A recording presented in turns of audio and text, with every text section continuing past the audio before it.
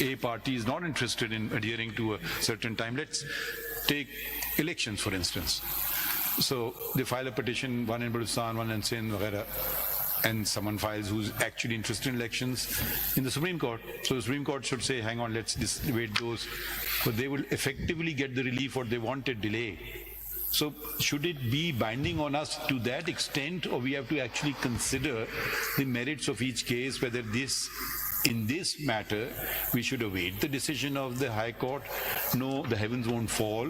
We can easily await it. In some other matter, no.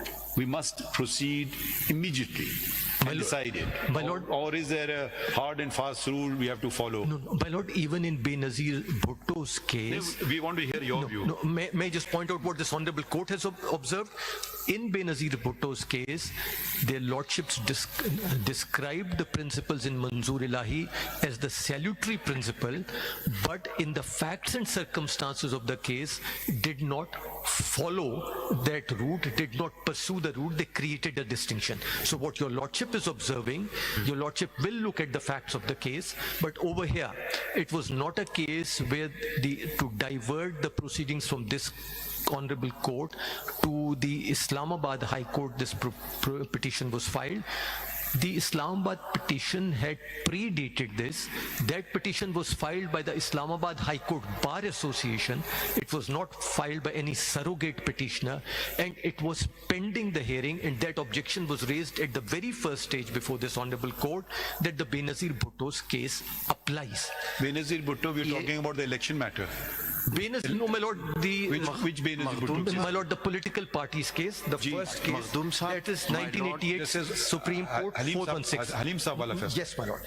My lord has rightly pointed out and very eloquently in Benazir Bhutto's case, these concerns have also been addressed. Yes, my lord. And addressed at length and very eloquently. Yes, my lord. That when a petition under 184(3) will not be taken up. Yes, my lord. Yes, my lord.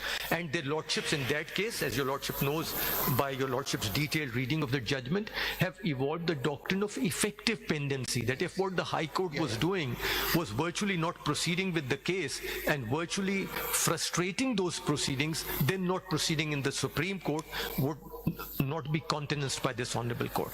It was submitted that that was not the case over here. To the contrary, after filing the petition in this Honorable Court, adjournments were being obtained from the Islamabad High Court that now that we have gone to the Supreme Court, please don't proceed over here.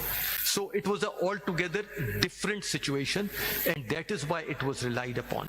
Let me clarify one thing from you. If, there's a big if, capitalized big if, we accept, for the sake of argument, don't think we have, this quorum non judice. Are you just relying on that ground, and then the petition in Islamabad High Court gets revived and we just stop? My lord, or are you also going on the merits? My lord, I would, as a council does, I would raise these 2 or 3 preliminary submissions, and I would also show to your lordship that even on merits the petition was not maintainable, and I will identify them also in one-liners before your lordship. My lord, besides this second submission, the third one was that this was a unique case in the common law history of constitutional countries. There is no similar case, and I had made that submission, and the counsel for the petitioner did not come up with a case. My submission was that this was the first case of its kind where the petitioner in the petition itself, the petitioner himself had said that he himself had passed this law through various ordinances.